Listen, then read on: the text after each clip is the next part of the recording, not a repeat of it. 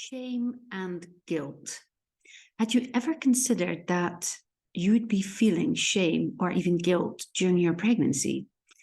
Because, wasn't pregnancy supposed to be a wonderful and special time? So why are you dealing with shame and why are you dealing with guilt? Guilty feelings that maybe you don't like being pregnant, or guilty feelings because you want to just feel normal again instead of nauseous or fat. Maybe guilt because you want to give in to cravings that are bad for you and your baby's health. Maybe you're dying for a cigarette or for alcohol or for foods that you're not allowed or that are bad for you. And maybe also guilt because you're not looking forward to actually becoming a parent. Maybe you're dreading it. It happens. Guilt towards your other children because, you're feeling out of sorts during your pregnancy and they get to see the bad part of you most of the time. Or maybe guilt because you can't go to the gym and do all those things that you used to do and you're just not feeling happy in your body in general. That list goes on. And then very often after guilt comes shame. Shame for not being who you had expected to be during pregnancy. You had this whole other idea made up in your mind, or shame that all the other mums that are able to make it to their gym and yoga classes, and they make it seem effortless as well, or shame that you keep giving into these cravings that you know that you shouldn't give into, shame and guilt for maybe not wanting sex with your partner or the other way around. And again, that list goes on, and the aforementioned list easily continues into parenthood after birth. The more you experience these feelings, the more you are making yourself aware of your shortcomings and the worse you feel, and the more that, again, you feel them, it's like a vicious circle. It's as if your mind wants to keep us in that guilty, shameful place. And often shame and guilt go hand in hand. They come together. And they are made worse because people around you, they don't seem to understand what you're going through. You're having a baby or you've just had a baby. So shouldn't you be feeling lucky, right? Not guilty and full of shame. Who would understand these feelings that you're struggling with when they see that you have this big, beautiful bump, or you have a small baby bundle of joy in your arms? Or so you think. You think that people will think that way. You've probably made yourself think this. And the more that you think these thoughts, and I've said this before many times in my other videos, the more that you think these thoughts, the more you train your brain to think and feel those nasty feelings and to think and feel these nasty thoughts. The more they seem to come back, the more frequently, heavier, they'll come back bigger and badder and with a vengeance. And as much as you try to make sense of these feelings, the worse they get, because you're thinking and overthinking them a bit more. And the more that they make you feel like something is wrong with you, like maybe you're crazy, nobody understands you. You are making these thoughts return over and over again in lots of different ways, shapes, or forms. And to your brain, this becomes a repetitive pattern. And our brain loves repetitive patterns. Repetition, that's great. And it latches onto it. Our brain latches onto those repetitive thoughts. So that's the first explanation of why these thoughts, although unwanted, they keep recurring and they keep returning. And in the meantime, everything around us is confirming these thoughts that we're having. Because doesn't society dictate that, becoming a parent is something very special and something to be enjoyed and to be celebrated? And then there's you. You're not enjoying it at all. And on top of those feelings of shame and guilt, you feel misunderstood and you feel worthless. And round it goes inside our minds. And the thoughts are becoming embedded in our minds, in our brain. Your brain, it becomes harder for your brain to break those thought loops. And keep in mind that you're conscious is reproducing these thoughts over and over again because you've convinced yourself of these things at an unconscious level. So inside, you didn't consciously choose to feel shame and guilt. If you could, you would probably choose feelings of happiness and bliss over these negative feelings because they're nicer. They make more sense, especially in the situation that you're in. But your conscious mind is not allowing these feelings to come out. And the reason for that block, if you will, is that the unconscious is blocking it. That's where the blockage is, inside here. Because if you were able to solve all your problems consciously, after all, wouldn't we all be problem-free? If we could think of the solution consciously,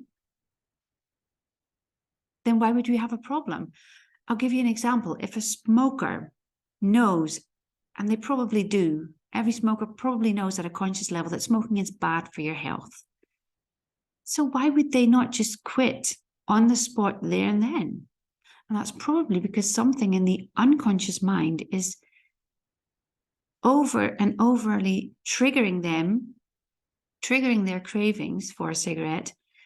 And that's why consciously you keep giving into these cravings. Because if we know why that kept happening at a conscious level, then would we not have quit years ago?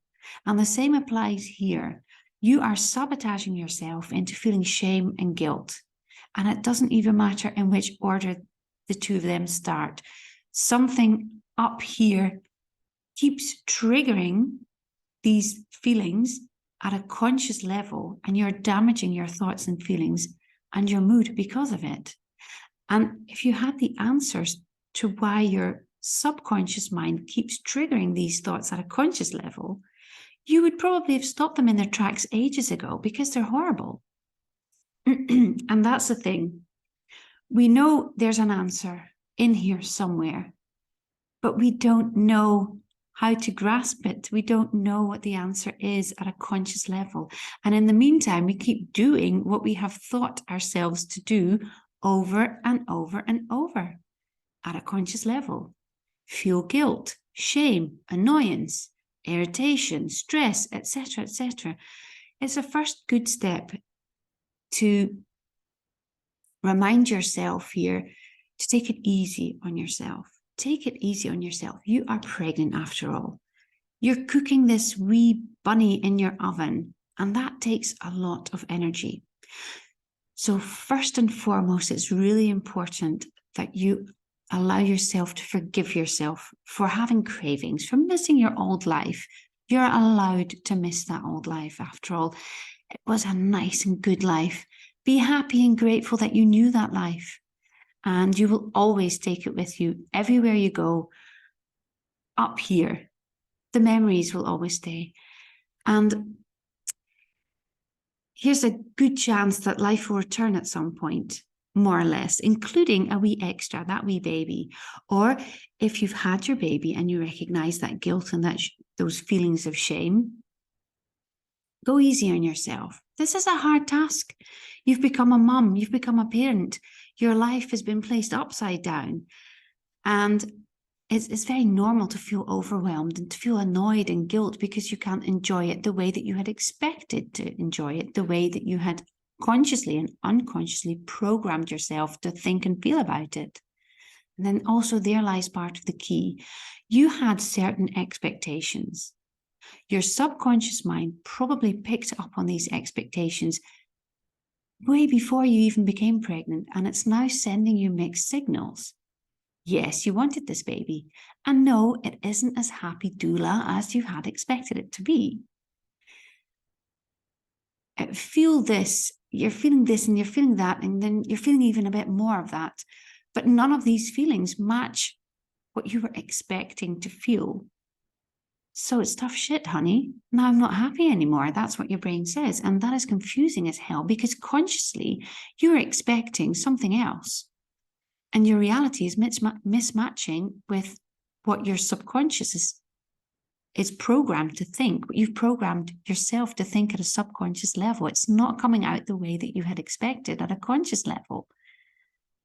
You know, the brave warriors will come out and say out loud, that they feel these negative feelings, but mostly these brave warriors are at the front line and they get beaten down first. So don't be afraid to be beaten down because you're expressing your honest feelings. You're allowed to not feel happy at times during your pregnancy. Keeping them bottled up, that will do you more harm than good. Try talking to someone that you trust about this. Go to a professional if you don't feel that there's someone near you who you can share these negative feelings with.